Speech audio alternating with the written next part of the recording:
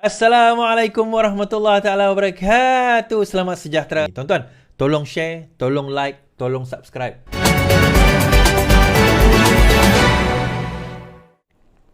Bung Mohtar, Faiz Fazil kena bebas hari ini. Bung Mohtar pun dibebaskan. Bung Mohtar isteri bebas pertuduhan kes rasuah 2.8 juta. Nah, yang menariknya tuan-tuan, yang ini setelah didapati bersalah, Mahkamah Tinggi Kuala Lumpur membenarkan permohonan Ahli Parlimen Kinabatangan Bung Mohtar Radin dan isterinya Zizi Izzet Abdul Samad untuk membatalkan perintah supaya mereka membela diri dalam kes rasuah 2.8 juta. Hakim Azhar Abdul Hamid petang ini membenarkan permohonan semakan oleh pasangan itu yang menyasarkan keputusan Mahkamah Session Kuala Lumpur tahun lepas. Kelihatan Zizi menangis di dalam kandang tertuduh sambil suaminya duduk di sebelahnya. Azhar memerintahkan pasangan itu dilepas dan dibebaskan daripada semua pertuduhan jenayah. Azhar Abdul Hamid Okey. Pada 2 September tahun lepas, Hakim Perbicaraan Mahkamah Rendah Rozina Ayub memutuskan bahawa pihak pendakwaan berjaya membuktikan kes prima facie, iaitu boleh bertanggungjawab terhadap Bung dan Zizi, dan memerintahkan kedua-dua mereka membela diri atas pertuduhan rasuah berjumlah 28 juta. Semasa prosiding Mahkamah Terbuka hari ini, Azhar memutuskan bahawa adalah kes yang wajar. Ini adalah kes yang wajar untuk Mahkamah Jaya menggunakan budi bicara melibatkan penguasaan penyemakan. Terdapat salah laksana keadilan, miscarriage of justice. Dengan itu memerlukan kuasa semakan. Keputusan prima facie diketepikan dan ia digantikan pelepasan dan dibebaskan, kata Azhar. Ketika ditemui di pintu masuk kompleks Mahkamah Kuala Lumpur petang tadi, Pung kelihatan tersenyum. Syukur Alhamdulillah, katanya. Ketika diminta mengulas mengenai masa pembebasan pasangan itu, berikutan pelepasan tanpa pembebasan, Timbalan Perdana Menteri... Sekejap. Yang ni dia minta ni. Hakim mengambil maklum bahawa Syed Zaiti perlu dibebaskan kerana pihak pendakwaan sebenarnya gagal membuktikan kesnya. 2 saksi utama pendakwaan berbohong dan dengan itu Mahkamah Tinggi tidak dapat menerima keterangan mereka, katanya. 2 saksi pendakwaan tersabit ialah saksi ke-24, ejen public mutual Mahdi Abdul Hamid, dan saksi ke-25, perunding unit amanah Nurhaili Ahmad Mokhtar. Sementara itu, Timbalan Pendakwa Raya Lau Chin Hao berkata mereka akan mendapat arahan daripada pihak atasan sama ada merayu ke Mahkamah Rayuan. Pada 2019, Bung diminta dibicara atas 3 pertuduhan menerima rasuah 28 juta. Mengikut pertuduhan, dalam 2 kesalahan akhir, alright. Dia tak terang kat sini, ada satu surat khabar lain dia So dia cerita macam ni. Tentang cerita Bung ni supaya kita faham. Pada 2018-2019, Bung didakwa kerana dikatakan telah menerima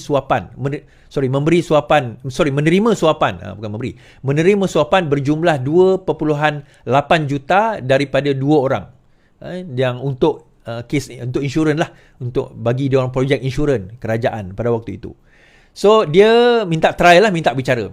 So sewaktu dibicarakan, kita kena faham dalam mahkamah jenayah ni dia ada 3 stage, 3 peringkat. Satu dipanggil prosecutor stage, peringkat pendakwaan. Kemudian dia ada prima facie, kemudian setelah prima facie dia ada pembelaan, peringkat pembelaan. So apa itu prima facie? Now, setelah pihak pendakwa mengemukakan semua saksi, dia pihak pendakwa dulu berhujah. Dia akan berhujah, ini sebab dia berdasarkan tuduhan, ini bukti dia, ini saksi dia, ini cerita dia, ini semualah bukti-bukti itu akan dipersembahkan kepada hakim. Dipanggil prosecution stage ataupun peringkat pendakwaan. Setelah habis semua saksi dipanggil, bukti semua telah didedahkan, diceritakan habis cerita tersebut, maka hakim akan memutuskan sama ada keputusan kes itu ada prima facie atau tidak. Prima facie, prime facie face, on the surface of it, secara asasnya, secara surface-nya, nampak gaya macam ada benda nak dijawab. Itu maksud prima facie. Secara asasnya, secara dasarnya, apa yang dikemukakan, bukti-bukti yang dikemukakan oleh pihak pendakwa tadi, ada yang dituduh ni kena ada benda yang dia orang kena jawab. So kalau ada benda itu, maka ada dipanggil sebagai prima facie. Maka dan dipanggil defense pun datang untuk meragukan bukti-bukti yang dibawa oleh pendakwa tadi. Dan juga kalau ada bukti, mereka bawalah bukti mereka yang mengatakan kenapa bukti ini adalah akan meragukan bukti-bukti yang dibawa oleh pendakwa. Itu maksud dia. Itu maksud stage tersebut. Now, isu dia, apa dia isu yang menjadi masalah? Bukan isu. So, bila sampai ke prima facie, peguam Bung ni, dia merayu. Ini di peringkat Mahkamah Session. So, dia merayu di peringkat Mahkamah Tinggi untuk nak supaya mengatakan bahawa silap hakim Mahkamah Session mengatakan ada prima facie. Ini tak masuk defense stage lagi Berbanding dengan kes Zahid Hamidi dah masuk defense. Ini belum. So, pada peringkat prima facie, dia kata ada prima facie. Di sini, apa orang kata, peguam kepada Bong dan juga Zizi merayu kepada Mahkamah Tinggi mengatakan bahawa hakim di Mahkamah Session telah terkhilaf. Sepatutnya tak ada. Kenapa tak ada? So, dia kata antaranya kedua-dua saksi utama yang mengatakan bahawa apa orang kata, mereka berdua memberi ataupun membayar wang kepada Bong dan juga isterinya, melalui isterinya, telah berbohong kerana tidak dapat dibuktikan pun di dalam sebarang pendakwaan bahawa mereka telah menyerahkan wang tersebut. Ini pembacaan saya dalam surat khabar yang lain. Tak ada bukti. Maksudnya mahkamah tak boleh, pendakwa raya tak boleh membuktikan terdapat berlaku transaksi. Cuma mereka rely kepada dua orang kenyataan bahawa mereka kata mereka bagi. Dia kata kami bagi. So, bagi bagaimana? Dia macam kes Zahid tahun 2022 dululah. Bila 3 orang saksi itu kata kami bagi. Tapi bagaimana dia bagi? Di mana dia bagi? Apa bukti je? CCTV ke? Ada transaksi masuk akaun ke? Tak ada. Benda tu semua tak ada. So, bila benda tu tak ada, jadi pendakwa raya kata macam mana kata ada prima facie, sedangkan saksi paling utama pun dia tak boleh tunjukkan berlakunya actus reus. So dalam jenayah ni tuan-tuan, dia ada dua. Dia ada actus reus dan juga mens rea. Actus reus ini maksud dia perbuatan. Mens rea ini maksudnya niat. Okay? Niat itu hanya boleh dibuktikan bila ada perbuatan. So dia kata bahawa dia telah diserahkan, dia telah dibayar duit 2.8 juta oleh dua orang ini. Okay, fine. Isu dia, serah bagaimana? Apa bukti penyerahan? Oh, tapi mereka kata. So, setakat mereka katalah. Kan? Setakat mereka katalah. Jadi, itu yang menjadi pertikaian di dalam kes inilah. Saya try cari detail tentang Bong punya kes ni. Kalau ada, sebab yang Malaysia kini dia tak bagi detail. Kenapa yang disebut tu? Tadi saya baca somewhere else. Saya tengok saya baca kat mana.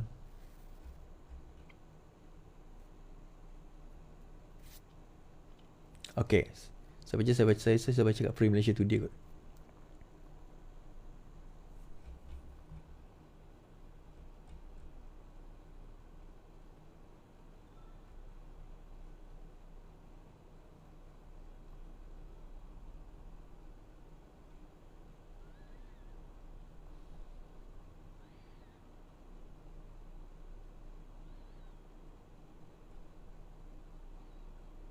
Okay.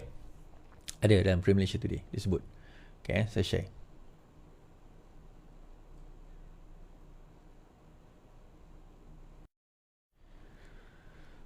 Okay. Alright.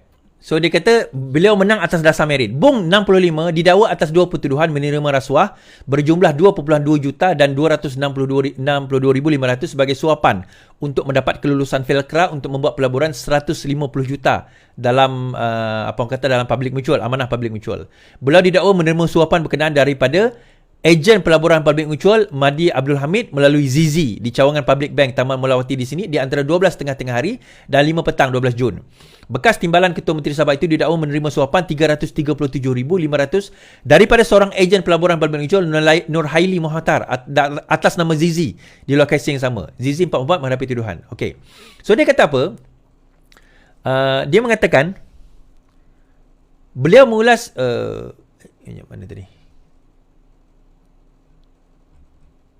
Mana saya baca tadi?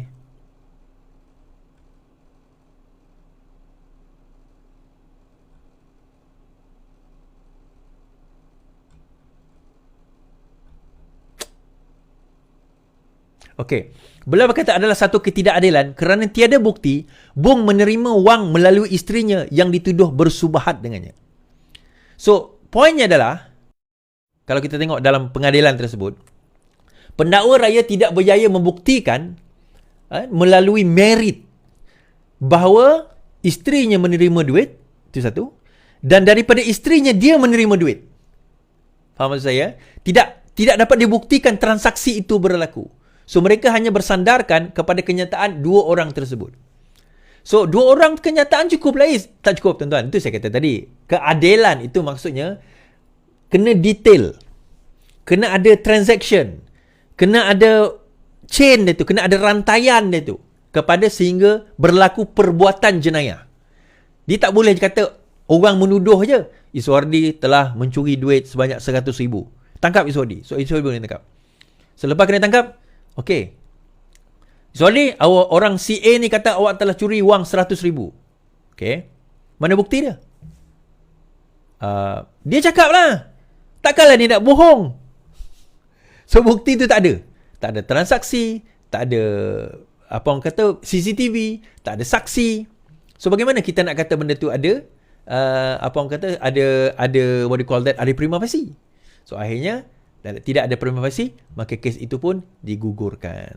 Tetapi adakah dia akan merayu? Pihak pendakwa akan merayu? Itu terpulang kepada pihak pendakwaan lah. Dia boleh merayu? Boleh. Okey, boleh merayu. Baik.